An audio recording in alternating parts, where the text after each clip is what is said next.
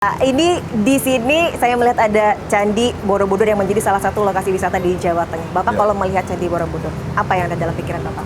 Wah, ini multidisiplin, banyak value di sana, dan ini tidak hanya sekedar cerita batu, tapi ada relasi sosial, relasi dengan alam, filosofi hidup, sampai dengan relasi spiritual.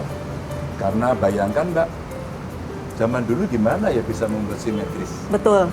Emangnya udah ada drone, gitu kan? Iya. Dua, di setiap relief yang ada di sana ini sebenarnya ada banyak sekali cerita hubungan manusia dengan manusia, hubungan manusia dengan alam, hubungan manusia dengan Tuhannya. Dan itu ada nilai-nilai yang kalau kita gali dari reliefnya, itu sampai orang kemudian kebingungan menerjemahkan. Sehingga mesti dicarikan kenapa dulu bisa seperti ini.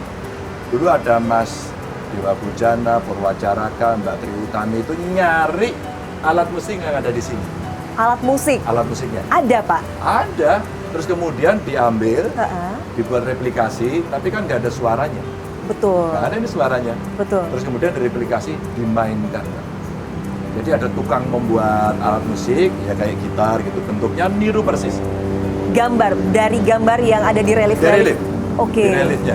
Terus kemudian dibuatkan, ya kira-kira diterjemahkan, dunia nggak pernah tahu, tapi bentuk kayak gitu dimainkan. Mas Dewa Bujana memainkan itu, dan itu muncul akhirnya Sound of Borobudur. Waduh, ada di YouTube.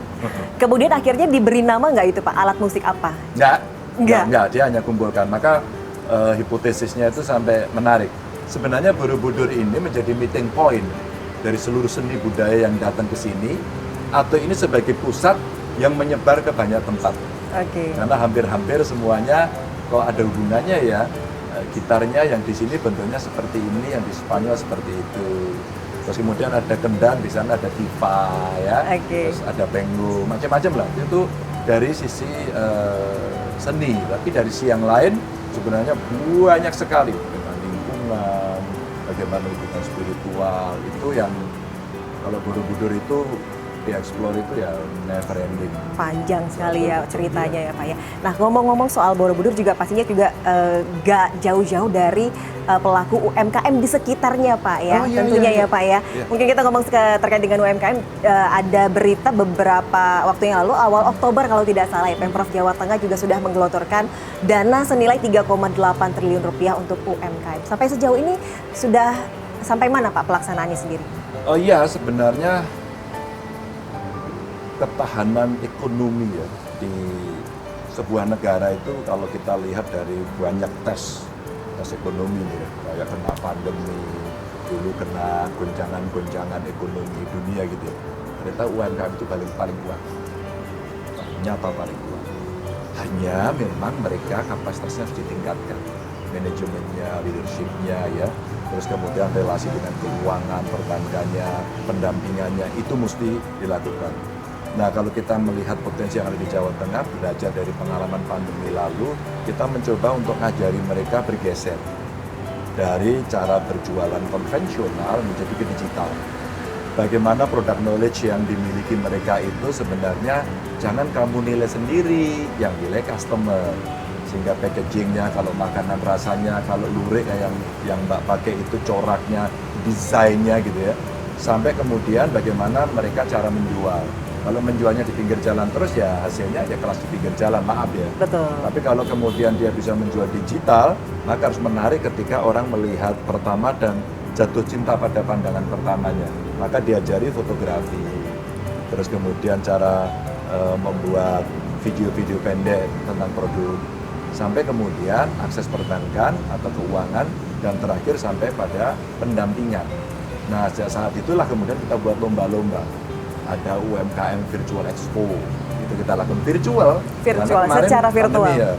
Terus kemudian kita coba jualan dengan KBRI kita ya di Jepang, kemudian konjen kita yang ada di beberapa tempat di dunia gitu ya. Akhirnya yang di Osaka dulu beli makanan, kita kasih sampel dulu, dites, repeat order. Terus kemudian di Benelux itu kita punya kekuatan di Jawa Tengah itu furniture ya, apalagi yang solid wood itu bagus sekali, jalan. Terus kemudian eh, kain tekstil dan produk tekstil termasuk turunannya Jawa Tengah itu juaranya. Jadi sebenarnya banyak desain yang kita sampaikan. Maka kita ingin menggerakkan bahwa UMKM makin mandiri, dia makin berkualitas, bisa naik, tapi harus didampingi terus oleh pemerintah. Seneng nggak sekarang? Pak Ganjar penjualannya naik 100%, 130%, saya naik 300% dong naik. Makanya saya dampingi dengan yang ngepop-ngepop.